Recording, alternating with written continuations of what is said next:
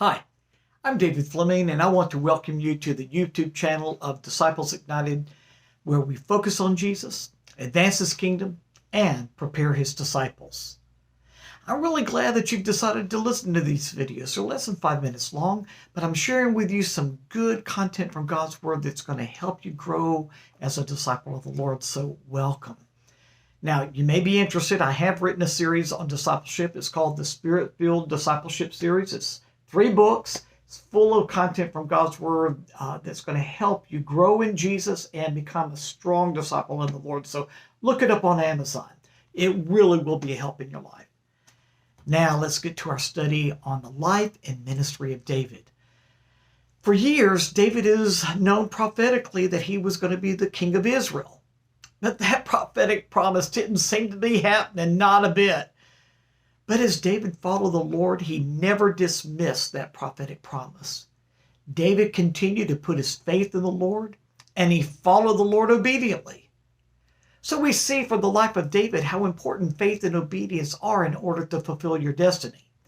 But there are 3 other major things that David knew he couldn't ignore as he followed the Lord towards his destiny. One of them was people.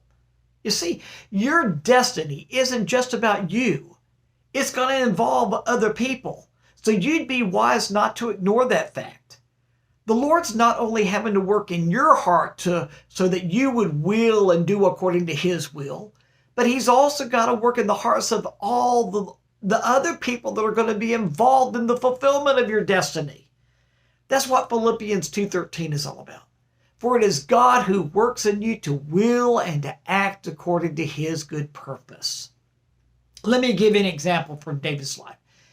When King Saul died, it seemed like it was a good time for David to become the king of Israel. But Abner, the leader of King Saul's army, put Ishbosheth, King Saul's 4th son, on the throne and had him pronounced the king of Israel. Was that what God wanted? Well, the Word doesn't tell us. But we do know that the Lord worked it all out for David's good and God's glory. For later, Abner turned against Ishbosheth and helped give the throne of Israel to David. So God will work it out. You just put your faith and your trust in Him. And then there are circumstances.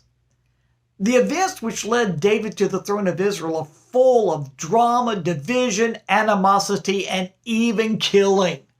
For instance, for 2 years, civil war existed between David and his army led by Joab and Ishbosheth and his army led by Abner.